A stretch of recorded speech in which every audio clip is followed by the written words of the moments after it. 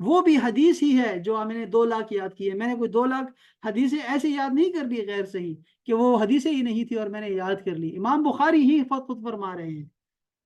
اللہ اکبر یا اللہ. یہ ساری کتابوں میں لکھا ہوا ہے, ٹھیک ہے, یہ ساری کتابوں میں آپ کو ان کا یہ فرمان آپ کو ملتا رہے گا. 1 لاکھ مجھے حدیثیں یاد ہیں, اور بخاری شریف میں کتنی ہے؟ 4000 حدیث ہیں. تو جب بھی کوئی آپ سے یہ کہے نا کہ مجھے صرف بخاری میں صحیح حدیث دکھائیں, تو صحیح بخاری نے احاطہ نہیں کیا ہوا صحیح احادیث کا, بلکہ وہ تو 1 لاکھ حدیث بخاری کی کہاں چلی گئی؟ 96,000 حدیث ہے. یہ ضرور آپ بتا دیا کریں. امام بخاری ان مایہ ناز فرزندوں میں سے ہیں جن کا نام نامی اسلام اور قرآن کے ساتھ ساتھ دنیا میں زندہ رہے گا. حضرت صلی اللہ تعالیٰ علیہ وآلہ وسلم نے فرمایا, آل فارس میں سے کچھ ایسے لوگ پیدا ہوں گے, اگر دینی علوم ثریا ستارے پر بھی ہوں گے تو وہاں سے بھی وہ ڈھونڈ کر نکالیں گے. یہ صحیح حدیث شریف ہے جو کہ ہم لوگ یہاں تو امام بخاری کے لیے لکھا ہے اس حدیث کو, ہم اس کو امام اعظم حضرت نعمان بن ثابت کے لیے اس کو حدیث شریف کو پڑھتے ہیں اور بولتے ہیں اور لکھتے ہیں کہ امام بخاری جو تھے, امام ابو حنیفہ جو ہیں, وہ بھی فارسی ہیں. تو یہ دیکھیں نا, یہاں پہ رسول پاک نے آل فارس کے لیے دعا دی ہے کہ یہ لوگ بڑے علم کے شیدا ہیں علم پر, اور انہوں نے جو ہے علم حاصل کیا. آپ سے اساتذہ کے جو مؤلفین ہیں ان کو دیکھیں گے تو اکثر کی جو ہے وہ پیدائش یہاں کی ہے, یہاں اس کی ہے, فارس کی ہے. تو ایسے لوگ ہوں گے کہ ستاروں پر بھی کوئی علم ہوگا تو وہاں سے بھی ڈھونڈ نکال لیں گے. امام احمد بن حنبل نے فرمایا کہ خراسان نے محمد بن اسماعیل بخاری جیسی شخصیت پیدا نہیں کی, کوئی شخصیت پیدا نہیں کی, اس کے علاوہ کوئی پیدا نہیں کی, یعنی اتنی بڑی شخصیت. انہی کا قول ہے کہ خراسان کے 4 آدمیوں پر حفظ ختم ہے, اور ان میں انہوں نے بخاری کو بھی شامل کیا. آپ شہر بخارا میں بتاریخ 13 شوال 194 ہجری نماز جمعہ کے بعد پیدا ہوئے, اور انتقال 30 رمضان 256 ہجری ہے. 13 دن کم 63 سال کی عمر میں خرتنگس یعنی کہ سمرقند سے قریب جگہ میں ہوا ان کا انتقال, اور ان کا روزہ بھی وہاں بنا ہوا ہے, اور آج تک لوگ جا رہے ہیں ان کے روزے پاک پہ. اور جب یہ ان کی تدفین ہوئی ہے تو آپ کو پتہ ہے کہ ان کی قبر سے خوشبو آتی تھی, اور وہ لوگ مٹی لے کے جایا کرتے تھے, بار بار لے کے جایا کرتے تھے. عید الفطر کے دن نماز ظہر کے بعد آپ کا جنازہ اٹھایا گیا, خرتنگ میں ہی آپ کی تدفین کی گئی ہے. جامع صحیح جو ہے, یہ تھوڑا سا بتا دوں میں آپ کو, جو بخاری شریف ہے نا, امام بخاری نے تقریباً 20 کتابیں فن حدیث میں تالیف کی ہیں. آپ کو نہیں پتا نا اس چیز کا کہ امام بخاری نے بخاری شریف کے علاوہ بھی کتابیں لکھی ہیں. 20 کتابیں ہیں فن حدیث پہ. سب سے مشہور جو ہوئی ہے وہ بخاری شریف ہے, لیکن لوگوں کو بخاری شریف کا نام نہیں پتا, تو آپ کو تو پتا ہونا چاہیے. اس کا نام ہے الجامع الصحیح, الجامع الصحیح, اور بھی پورا نام ہے اس کا, لیکن اتنا تو کم سے کم یاد ہونا چاہیے, جو صحیح بخاری سے معروف ہے. اس کتاب کی تالیف پر امام بخاری کا عزم میں مزید اس طرح پختہ ہوا کہ آپ نے اپنے استاد امیر المومنین فی الحدیث والفقہ اسحاق بن ابراہیم الحنظلی معروف بابن راہوے سے سنا کہ اپنے تلامذہ کو مخاطب کر کے کہہ رہے تھے, کیا ہی اچھا ہو کہ آپ صرف احادیث صحیحہ پر مشتمل ایک مختصر کتاب مرتب کریں. امام بخاری کہتے ہیں کہ یہ بات میرے دل میں بیٹھ گئی, میں نے امام الجامع صحیح کو تالیف کرنا شروع کر دیا. یہ کتاب میں نے 6 لاکھ احادیث سے منتخب کر کے اس میں سے صرف وہی احادیث شامل کی جو صحیح متن اور سند سے متصل کے ساتھ رسول اللہ سے منقول تھی, اور اس کے روات یعنی راوی جو تھے اور رجال یہ جو سند کے اشخاص ہیں, شخصیتیں ہیں, وہ ضبط اور عدالت کی صفات سے متصف ہوں. یعنی یہ وہ صفات ہیں, یہ باتیں جو میں آپ کو کہہ رہا ہوں نا, ضبط اور عدالت اور ان کا حافظہ اور بہت ساری چیزیں, یہ ہے وہ باتیں جس کو صحیح حدیث کہتے ہیں, کہ جس میں یہ ہوں تو وہ صحیح حدیث ہوتی ہے. امام بخاری نے اس کتاب کی تالیف میں 16 سال صرف کیے. ہر حدیث کے لکھنے سے پہلے غسل فرماتے تھے, 2 رکعت نفل ادا کرتے تھے. اگرچہ بخاری شریف کی تصنیف کے اس اہم کام کے مواقع مکہ شریف کے علاوہ مدینہ طیبہ اور دیگر مقامات پر ہوئے, مگر اکثر و بیشتر اس کی تسوید, یہ لفظ بھی دیکھ لیں, تسوید اور تبیید یعنی بلیک اینڈ وائٹ, یعنی کہ کاغذوں کو کالا کرنا, یعنی کہ لکھنا, مسودہ جس کو کہتے ہیں, کالا کرنا, اسود سے نکلا ہوا ہے. تو یہ کیا ہے کہ وہ کالا کرنا, اس کا کام حجر اسود اور مقام ابراہیم کے درمیان حرم پاک میں انجام پایا. یہاں تو یہ لکھا ہوا ہے, یہ کہاں کا لکھا ہوا ہے, 4 نمبر کہاں لکھا ہے؟ شرح مسلم ہے، اس میں لکھا ہوا ہے، اور انہوں نے اپنے خطبے میں لکھا ہوا ہے باقاعدہ سے مقدمے میں کہ میں نے اس کا آغاز قبر رسول سے کیا ہے، قبر رسول سے، روضہ رسول صلی اللہ علیہ وسلم سے میں نے اس کا آغاز کیا ہے۔ حفاظ اور ائمہ حدیث روایت کرتے ہیں کہ امام بخاری نے کہا میں نے اس کتاب کو اپنے اور اللہ تعالیٰ کے درمیان حجت بنایا ہے۔ حافظ ابن حجر نے لکھا ہے کہ مقررات کو شامل کر کے بخاری کی احادیث کی تعداد 7397 ہے۔ اگر مقررات کو حذف کر دیں گے تو متصل اور مرفوع احادیث کی تعداد 2602 ہے۔ آپ دیکھیں نا، علامہ ابن حجر اسقلانی فرما رہے ہیں کہ اگر مرفوع حدیثوں کو دیکھا جائے تو 2602 ہیں صرف، اسی کو دوبارہ بار بار لے کے آئے ہیں وہ دوسری سند کے ساتھ۔ تو اندازہ کریں اگر وہ کہہ رہے ہیں مجھے 1,00,000 صحیح حدیثیں یاد ہیں تو باقی 98,000 حدیثیں کہاں چلی گئی؟ اس کی عظمت کا پتہ اس سے بھی چلتا ہے کہ امام بخاری نے اس کتاب کا سماع 90,000 اشخاص سے کیا ہے۔ چلیں اتنا کافی ہے، اور انشاءاللہ تعالیٰ پھر آگے ہم لوگ امام ابو داود اور امام مسلم کو پڑھیں گے انشاءاللہ تعالیٰ، ساتھ میں نئی حدیث پڑھیں گے کل انشاءاللہ۔ تو کل ہمارا فقہ کا انشاءاللہ تعالیٰ درس ہوگا۔ آپ ضرور اس طرح ہی جو ہے وہ آپ 9 بجے حاضر ہو جایا کریں تاکہ ہم لوگ بر وقت اپنے سبق کا آغاز کر سکیں۔ آپ کے ذہن میں کوئی بات ہے آج کے درس کے حوالے سے، کوئی بات بھی آپ جو کرنا چاہیں تو وہ کر سکتے ہیں، بعد میں بھی کر سکتے ہیں، گروپ میں بھی کر سکتے ہیں، کوئی ایسی بات نہیں۔ اللہ تعالیٰ سب کو خوش رکھے آپ لوگ۔ ایکسکیوز می سر، جی جی مائدہ۔ سر ایک کوشچن ہے، سم ٹائمز ہم پڑھتے ہیں نا لا حول ولا قوت الا باللہ، ٹھیک ہے، ہاں اینڈ سم ٹائمز ہم پڑھتے ہیں ولا حول ولا قوت، تو ان دونوں میں کیا ڈفرینس ہے اور زیادہ مطلب کون سا زیادہ پڑھنا چاہیے؟ دیکھیں یہ دیکھیں نا، یہ ہے لا حول، لا حول ہے شروع میں، جب آپ شروع کریں گے نا، آپ سوال کیا تھا دیکھو میں جب آپ کو صحیح بتا دیتا ہوں، چلو یہ دیکھو لا سے شروع کریں گے آپ، لا حول ولا قوہ، یعنی نہ ہی حول ہے اور نہ ہی قوت ہے کسی کی سوائے اللہ تعالیٰ کے، تو لا حول ولا قوت الا باللہ، بس اتنا پڑھنا ہے۔ یہ ٹھیک ہو گیا مائدہ؟ لا حول، اوکے ٹھیک ہے ٹھیک ہے، سمجھ گئی میں، سمجھ اچھا گئی۔ اچھا، بعض اوقات شاید آپ نے یہ کہا کہ ولا حول پڑھتے ہیں ہم لوگ، وہ اصل میں آپ جملے میں جی جی جی جب جملہ اس سے پہلے اگر کوئی جملہ لکھا ہوا ہے تو واو کا مطلب ہوتا ہے اور، تو اگر اس سے پہلے اگر کوئی جملہ ہے، ٹھیک ہے، جیسے سبحان اللہ والحمد للہ ولا حول ولا قوت، تو پھر تو ولا حول ولا قوت پڑھتے ہیں چونکہ جملے میں آ گیا ہے۔ اگر جملے میں نہیں آ رہا اور آپ صرف یہ پڑھنا چاہتے ہیں تو پھر صرف لا حول ولا قوت الا باللہ العلی کو پڑھیں گے انشاءاللہ۔ چلیں یہ بڑا اچھا ہو گیا الحمدللہ۔ آپ سب کو اللہ تعالیٰ خوش رکھے، آپ کی سماعتوں کا بہت بہت شکریہ، اللہ تعالیٰ آپ سب کو جزائے خیر عطا فرمائے، اور اللہ تعالیٰ ہمارا یہ پڑھنا ہم نے جو السلام علیکم علامہ صاحب۔ جی جی جی جی ارشد رحمان بھائی،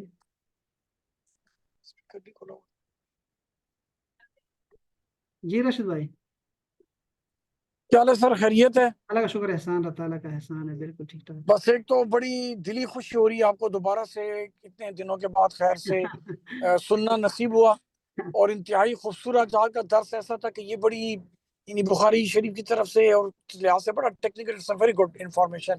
جی تو بس اللہ تعالیٰ آپ کو سلامت رکھے، آمین۔ اور اپنی دلی کیفیت ہوتی ہے کہ حقیقت ہے جب بھی آپ کی کلاس، آپ کا درس سنتے ہیں، میں اسپیشلی، تو ایک تو ایمان تازہ ہوتا ہے اور ایک عجیب سی وہ کہتے ہیں نا موٹیویشن پیدا ہوتی ہے۔ الحمدللہ، تو بہرحال بس اللہ آپ کو سلامت رکھے، یہ دوبارہ سے آپ نے بسم اللہ کی ہے، اور میری سب سے اپنے اس گروپ سے ریکویسٹ ہوتی ہے کہ پلیز ملٹی پلائی کرتے رہا کریں، ہر اس لیکچر کا لوگوں کو ضرور دعوت دیا کریں، اپنے گروپس کے اندر لوگوں کو دعوت دینا بڑا ضروری ہے تاکہ لوگ اس کو جوائن کریں اور سیکھیں۔ بالکل اور علامہ صاحب ایک ریکویسٹ ہے کہ بس وہ اکثر 3 یا 4 والی جو کلاس ہے مس ہوتی ہے ڈیو ٹو آفس ورک، کوئی تو مسئلہ 4 نہیں، سے 5 والی اکثر مجھ سے رہ جاتی ہے، کوئی مسئلہ تو اس نہیں، کے لیے میں بڑی معذرت چاہتا ہوں، لیکن اس کی ریکارڈنگ ضرور شیئر کر دیا کریں، انشاءاللہ کیونکہ آفس کے معاملات کی وجہ سے بس یہ چیز رہ جاتی ہے۔ انشاءاللہ کوئی مسئلہ نہیں سر، انشاءاللہ ضرور میں کروں گا۔ بہت شکریہ ارشد بھائی، سلامت رہیں۔ آپ سب دوستوں کا بھی ایک دفعہ پھر میں شکریہ ادا کرنا چاہوں گا۔ کل میں نے شکریہ ادا کیا تھا آپ سب دوستوں کا کہ آپ لوگوں نے بڑی ہمت مجھے دی ہے اس پورے مہینے میں، اور آپ لوگوں نے بہت حوصلہ دیا، آپ لوگوں نے بہت سارا پڑھا بھائی کے لیے، قرآن پاک، ذکر اذکار، درود و سلام، اللہ تعالیٰ سب قبول فرمائے، اور ہمارا یہ آج کا بھی پڑھنا اللہ تعالیٰ آمین۔ ہمیں قبول فرمائے، اور اللہ تعالیٰ ہم سب کو غموں سے، دکھوں سے، تکلیفوں سے، مصائب، آلام، آفات، ناگہانی مصیبتیں، ناگہانی اموات سے اللہ تعالیٰ سب کو محفوظ رکھے. ہمیں دین اور دنیاوی تمام فتنوں سے اللہ تعالیٰ سب کو محفوظ رکھے. ہمارے بچوں کو بھی اللہ تعالیٰ محفوظ رکھے، اور اللہ تعالیٰ ہمارے اولاد کو، ہماری نسل کو صحیح عقیدے پر رکھے، صحیح دین پر رکھے، دیندار بنائے، اور اپنے والدین کا، اپنے جتنے بھی ان کے بڑے ہیں سب کا احترام کرنے والا اور ان کی قدر کرنے والا بنایا. اور ہماری نسل جب چلے تو وہ سارے صحیح عقیدے کے ساتھ، جب امام مہدی تشریف لائیں، حضرت عیسیٰ علیہ السلام تشریف لائیں، تو ان کے ساتھ شامل ہو ان کے لشکر میں. اللہ تعالیٰ ہمارا آج کا پڑھنا بھی اپنی بارگاہ میں قبول فرمایا اپنی شان کے لائق، اور اس کا ثواب ہمارے آقا و مولا حضرت محمد مصطفیٰ صلی اللہ علیہ وآلہ وسلم تک، اس کا کامل ثواب ہدیتاً تحفتاً ان تک پہنچائے، اور ان کی روح مبارک ہم سے خوش کرے. اللہ تعالیٰ ان کے صدقے سے تمام انبیاء کرام کو اس کا ثواب پہنچائے، ان کے آل، ان کے اصحاب، تابعین، تبع تابعین، اس امت کے ائمہ، فقہا، محدثین، سب کو ان کا ثواب پہنچے. اور خاص الخاص اس کا ثواب ہمارے خاندانوں کے جتنے بھی فوت شدگان ہیں اس کا ثواب سب کو پہنچے. اس کے صدقے سے اللہ تعالیٰ ہمارے بیماروں کو شفائے کاملہ عطا فرمائے، اور اللہ تعالیٰ ہم سب کا خاتمہ بالایمان فرمائے. اس کلمے کے ساتھ کہ لا الہ الا اللہ محمد الرسول اللہ صلی اللہ علیہ وسلم. بہت شکریہ سب دوستوں کا. السلام علیکم ورحمۃ اللہ تعالیٰ. وعلیکم السلام ورحمۃ اللہ.